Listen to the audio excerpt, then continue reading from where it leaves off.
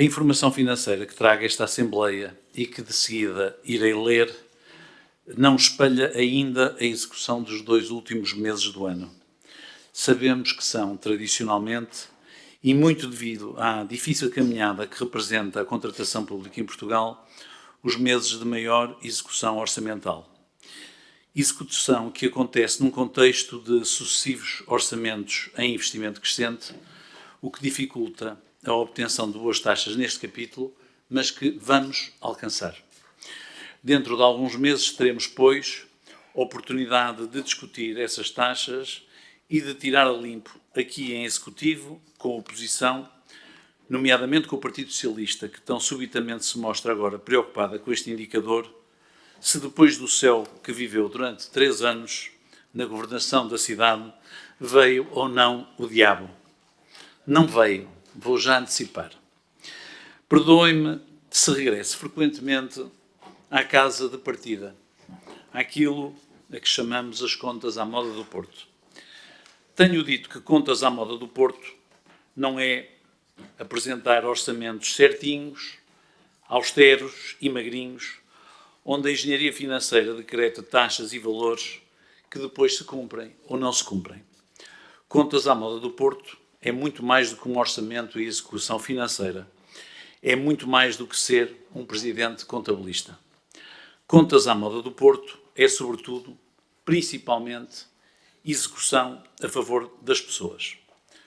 Contas à moda do Porto é um discurso que se concretiza ao longo dos anos em medidas concretas. E há uma conta que o Porto pode fazer hoje pela primeira vez nos últimos 50 anos. Uma conta que bate certo com um discurso. Confiando nos números do Instituto Nacional de Estatística, e todos aqui de certeza confiam, tantas foram as vezes que os invocaram para mostrar, muitas vezes, que tudo estava mal, confiando nesses números, pela primeira vez em mais de 40 anos, o Porto está a ganhar habitantes. Perdeu-os desde o final dos anos 70 do século passado, consecutivamente, sem interrupção ou qualquer outra tendência. Perdeu-os mais de 100 mil antes do turismo, do boom da reabilitação urbana, que agora chamam de especulação, antes da cidade se tornar líquida de cultura, de animação, de gente na rua, de tolerância e de vontade de empreender. Com trânsito, pois claro, com gente, com muitos problemas, evidentemente, com dores de crescimento. E ganhou, ao fim de 4 anos de investimento em si própria, nos portuenses, em novas gerações que recusam discursos xenófobos e pouco tolerantes com a própria história cosmopolita da cidade, que nem as trevas mais recentes apagaram.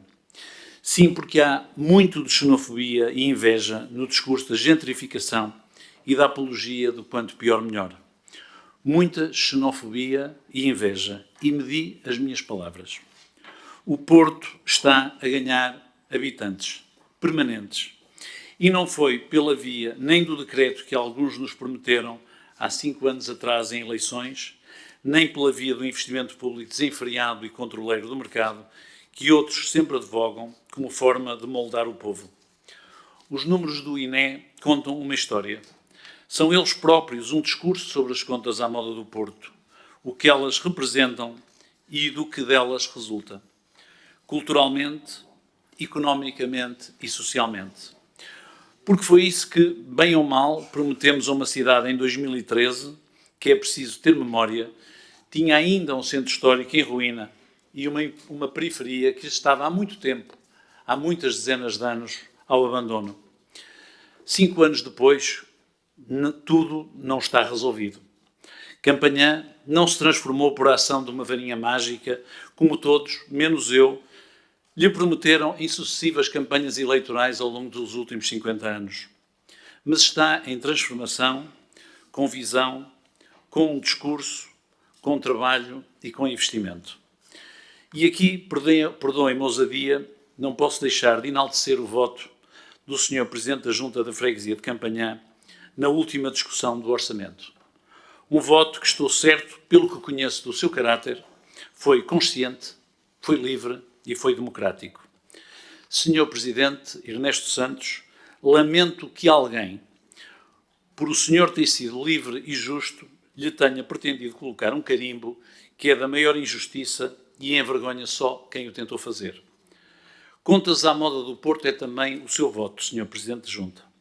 Obrigado por saber interpretá-las com sagacidade, mesmo sabendo que o orçamento que aprovamos na última semana, sendo bom para campanhar, sempre passaria nesta Assembleia sem o seu voto. O seu voto tem um significado profundo e pode, por quem o não conhece e não conhece campanhar senão em campanha eleitoral, pensar que é um ato isolado. Não é. O senhor e o seu executivo socialista têm dado uma lição de cooperação democrática, de lisura e ética na forma como connosco tem colaborado. Não é caso único, evidentemente, entre os senhores presidentes de junta, e eu todos louvo. Mas, dadas as circunstâncias, não posso deixar de lhe dizer, tanto mais que ninguém do meu executivo ou a ele ligado, alguma vez consigo falou acerca do orçamento ou do sentido de voto que o senhor aqui iria assumir. Posto isto, apesar do diabo com que o Bloco Central sempre nos atira, ora dizendo que o investimento é pouco, ora reclamando que é demais, vou ler a seguir a informação financeira pura e dura, onde se mostra que a Câmara do Porto continua a ter níveis de endividamento que fazem corar de vergonha muita gente, a investir cada vez mais e ainda assim a pagar aos fornecedores a 4 dias. Contas à moda do Porto, minhas senhoras e meus senhores. No âmbito da evolução da atividade financeira do município, quero destacar a receita cobrada até outubro de 2018 no valor de 267,9 milhões de euros é superior em cerca de 31 milhões de euros à que foi cobrada em período homólogo de 2017, o que representa um acréscimo de 16,6%. As receitas correntes aumentam em cerca de 19,2 milhões de euros relativamente a 2017. Apenas a venda de bens e serviços correntes, por ter passado para a Porto Ambiente a receita dos resíduos sólidos e os rendimentos de propriedade, pelo recebimento em 2017 dos dividendos da Água do Porto, registram uma redução, verificando-se um aumento nas restantes rúbricas da receita. Nos impostos diretos, o acréscimo de 15 milhões de euros é justificado pelo aumento da cobrança do IMI, do IUC e do IMT em 1,8 milhões de euros, 142,4 mil euros e 14,1 milhões de euros, respectivamente, conjugado com a diminuição da derrama em 1,1 milhões de euros. No que respeita aos impostos indiretos, o crescimento de 5,5 milhões de euros face ao período homólogo de 2017 resulta fundamentalmente do acréscimo das receitas provenientes de loteamentos e obras. As taxas, multas e outras penalidades aumentam 4,6 milhões de euros, justificados essencialmente pela cobrança da taxa turística, 6,5 milhões de euros, e do decréscimo assinalável da receita proveniente das multas e outras penalidades, que baixaram 1,7 milhões de euros.